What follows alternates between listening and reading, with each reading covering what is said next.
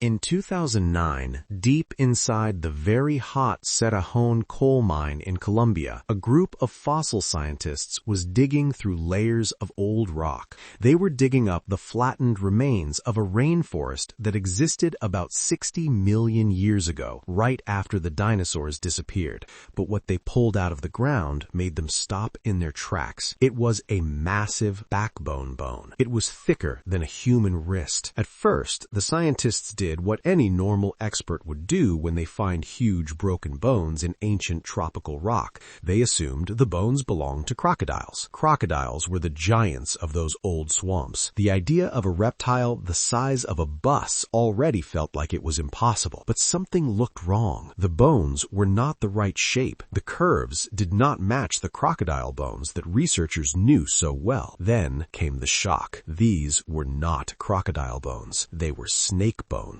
And this wasn't just any snake. This was Titanoboa. You see, the Cerrejón mine isn't just a place to find fossils. It is like a time capsule. It is a complete rainforest from the Paleocene era, the time right after the dinosaurs, that was sealed shut by a sudden flood of mud and ash. Leaves, fish, turtles, entire pictures of an ancient world were saved in amazing detail. And inside that mud were the remains of the biggest snake anyone had ever seen. As the team found more backbone pieces, dozens of them, along with ribs and the animals that lived near them, one thing became very clear. This wasn't a mistake or an exaggeration. The fossils were all the same size, they were huge, and they were unlike anything seen before. What they found was a picture of an animal so large that it instantly changed the rules for how big a snake could get. The news was huge. When the research team first measured the bones, they did the math again and again because they thought they must be wrong, but they weren't. The measurements pointed to a snake that was more than 15 meters, about 50 feet long.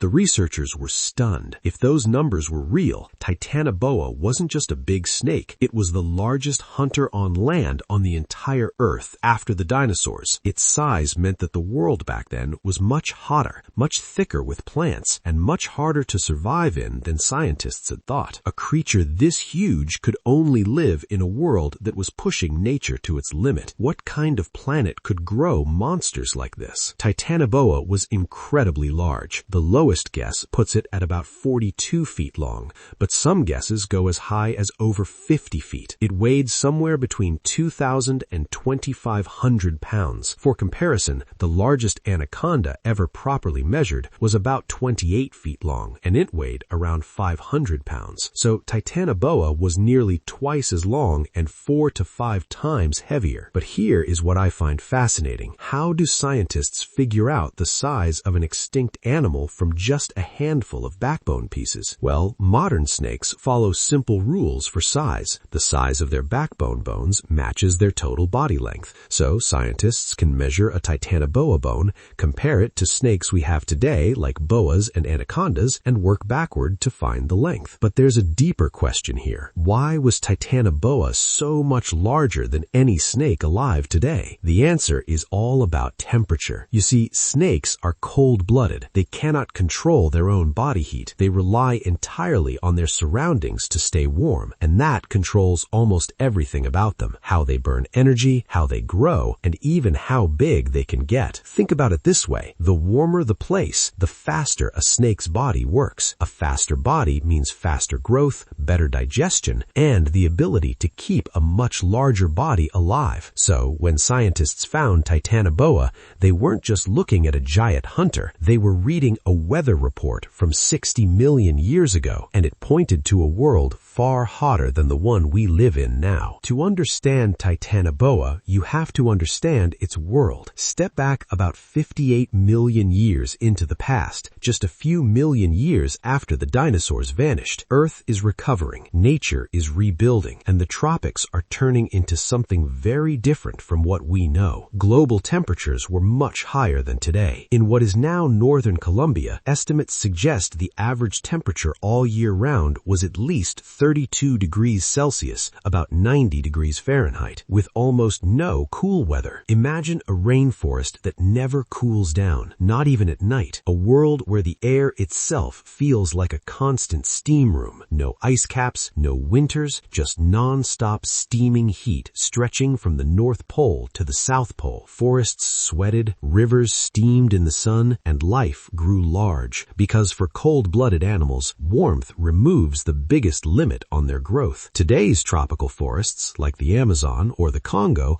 are actually too cool for a snake like Titanoboa to live. Modern anacondas and pythons are as big as our current climate allows. To go beyond their size and get as big as Titanoboa, you need a world that is several degrees warmer all the time for millions of years. Titanoboa couldn't survive today. Its massive body needed that huge heat to kickstart its energy and pump blood through 50 feet of coils. The Cerrejón site shows us this world in detail. Layer after layer contains plant fossils. There are giant turtle shells, some the size of pool tables. Early relatives of crocodiles with dull, crushing teeth suggest they ate hard-shelled animals. These were not fast swimmers in the river. They were heavy-jawed hunters that waited for prey. This was not a clear, fast-flowing river system. It was a humid swamp rainforest. The water was muddy and slow-moving, with tangled roots and thick plants. It would have been hard to see anything. Sound was muffled by constant rain and buzzing insects. In a place like this, size could be a huge advantage. A giant snake could hide in the water, its weight held up by the water, its body hidden by the dark, stained currents. Heat and humidity would keep its muscles warm and ready,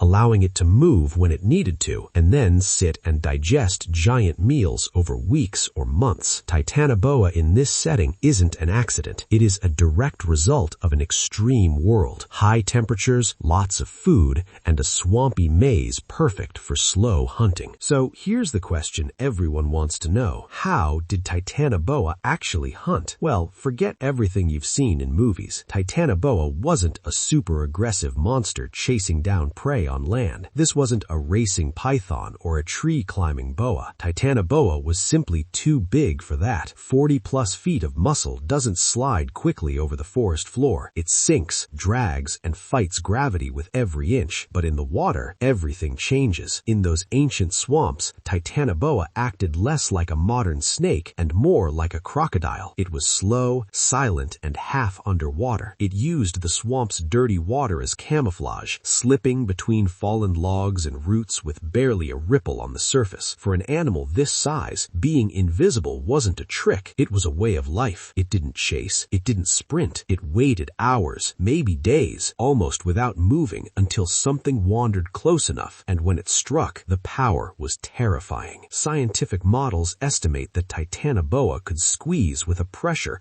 of over 400 psi. That's more than enough to crush a crocodile's ribs in an instant. Modern boas and pythons rely on stopping blood flow to defeat their prey, but at Titanoboa size, the difference doesn't really matter. The result was the same. Whatever it wrapped around wasn't getting out. Based on the nature we know existed at the site, Titanoboa's food likely included giant turtles, which were slow, everywhere, and full of calories. Perfect food for a hunter that waits. It ate early crocodiles, which were smaller than Titanoboa and not yet the top predators they are today. It ate large fish, which were common in the rivers and easy to catch in narrow channels. Possibly it ate early mammals, though mammals were still relatively small. Any mammal that came too close to the water's edge would have been eaten. Water wasn't just its hunting ground. It was its lifeline. The floating power of water supported its massive weight. Without it, Titanoboa would have struggled to move well on land. Its internal organs would have been squashed by its own body weight, making breathing difficult, digestion slow, and movement tiring. And perhaps most importantly, water helped control its body temperature. Snakes absorb heat from their surroundings. In the sweltering ancient climate,